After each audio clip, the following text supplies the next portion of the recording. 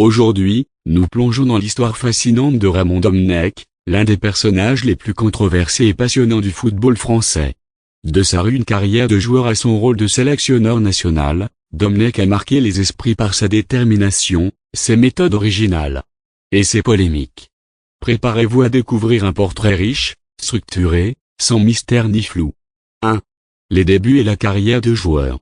Naissance et formation. Raymond Domenech voit le jour le 24 janvier 1952 à Lyon, dans une famille d'origine catalane.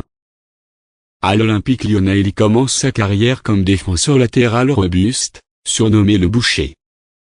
RC Strasbourg. Il remporte le championnat de France en 1979 avec le RC Strasbourg. PSG puis Girondins de Bordeaux. Il s'illustre en obtenant la Coupe de France 1982 avec le Paris Saint-Germain, puis un nouveau titre de champion avec Bordeaux en 1984. FC Mulhouse et début en coaching. Il finit sa carrière de joueur à Mulhouse, où il débute parallèlement une première expérience comme entraîneur-joueur. 2. De l'entraîneur de club au mentor des jeunes.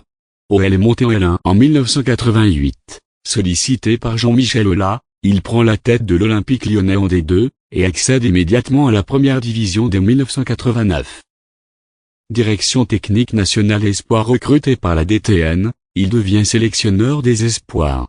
Sous sa houlette, l'équipe atteint la finale du championnat d'Europe espoir, remporte le tournoi de Toulon, et se qualifie au Jour de 1996. 3.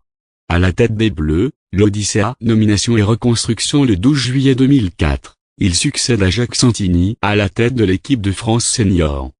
Il réussit à convaincre Zidane, Thuram et Makelele de faire leur retour, une décision décisive pour la qualification au Mondial 2006. Coup d'éclat, Coupe du Monde 2006. Sous sa direction, les Bleus atteignent la finale de la Coupe du Monde 2006.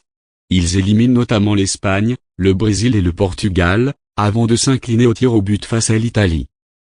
Controversé d'échec. Euro 2008, élimination dès le premier tour, virulent retour de bâton médiatique. Fiasco 2010. Conflit public avec Nicolas Anelka. Grève des joueurs, élimination dès la phase de groupe, et licenciement pour faute grave en septembre 2010.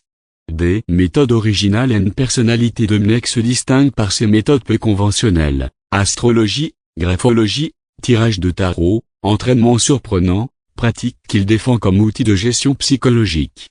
4. Vie après 2010, retour discret et engagement.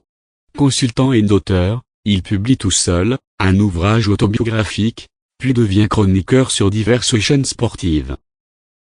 Projet varié, il revient au terrain en tant qu'entraîneur bénévole, participe à des événements littéraires et devient président de l'UNCATF. Retour en Ligue 1 avec FC Nantes, nommé en décembre 2020, il reste 6 mois, sans succès notable, avant d'être remplacé en février 2021. Conclusion. Raymond Domenech, figure emblématique ou controversée du football français, incarne à la fois la passion d'un homme défiant les normes et les aléas du succès. De défenseur intraitable à sélectionneur polémique, il a laissé une empreinte indélébile. En 2006, les Bleus ont touché les étoiles. En 2010, les doutes ont explosé. Mais derrière les polémiques, se cache un homme curieux, prêt à explorer les méthodes alternatives pour comprendre l'humain.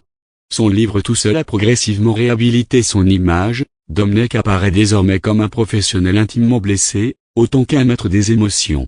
Son parcours, fait d'audace, de tension et de résilience, mérite une place à part dans l'histoire du sport français.